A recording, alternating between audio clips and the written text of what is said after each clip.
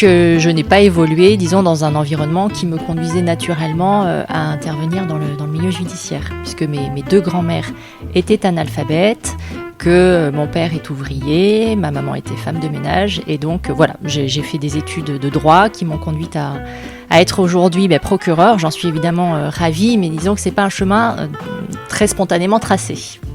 Voilà, la campagne, c'est mes grands-parents agriculteurs, c'est aller jouer dans les jardins, ramasser les fruits dans les vergers. Voilà, la campagne pour moi, c'est mon enfance, même si j'y suis allée bien plus tard que l'enfance, puisque tous les étés, jusqu'à ma vingtaine bien passée, j'allais au Portugal avec ce souhait de me ressourcer.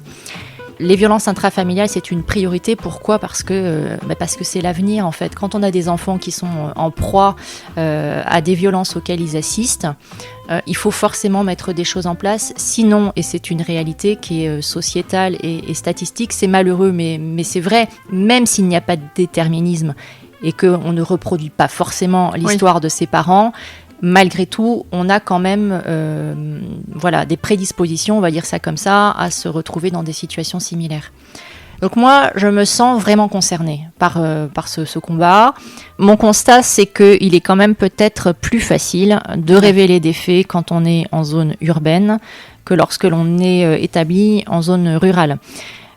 Pour des raisons qui tiennent aussi à l'invisibilité quand même des victimes de violences intrafamiliales en zone rurale. C'est quand même moins facile quand on est isolé, quand on n'a pas les relais, quand on ne sait pas vers qui se tourner, de passer la porte de la gendarmerie nationale, puisque en zone rurale, évidemment, c'est la gendarmerie qui est installée, qui est implantée.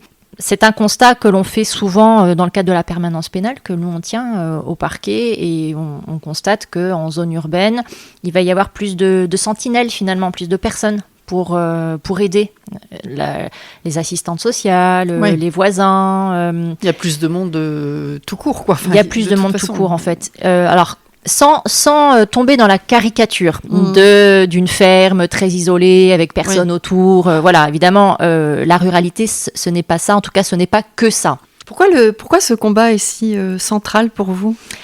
Alors, je pense que les procureurs ont quand même tous chacun un petit peu leur marotte. On a souvent quand même, dans le cadre de notre exercice, tellement de champs qui s'offrent à nous que dans le cadre de notre exercice professionnel, il n'est pas rare que les procureurs aient quand même un ou deux sujets de prédilection.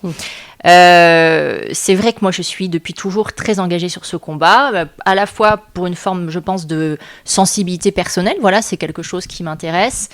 Et puis surtout, encore une fois, j'en reviens à ce que je vous ai dit tout à l'heure, c'est quand même un constat de terrain. C'est-à-dire qu'à force de voir ces affaires passer, ces affaires qui sont très très nombreuses, c'est un réel fléau quand même, les violences intrafamiliales, puis ça impacte sur des tas de sujets.